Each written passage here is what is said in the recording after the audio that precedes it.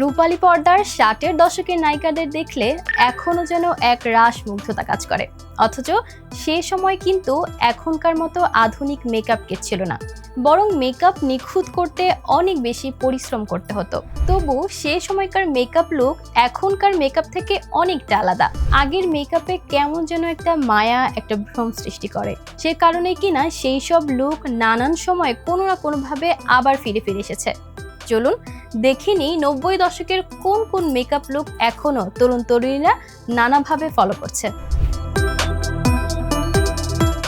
প্রথমেই আসে doll I look. তখন ২ থেকে ৩ স্তর মাস্কারা ও নিচের লাইনে সাদা পেন্সিল দিয়ে পুতুলের মতো ড্রামাটিক চোখ তৈরি করা হতো, যা এখন আবার কোরিয়ান লুক হিসেবে বেশ ট্রেন্ডিং। কিংবা উইংড লাইনার।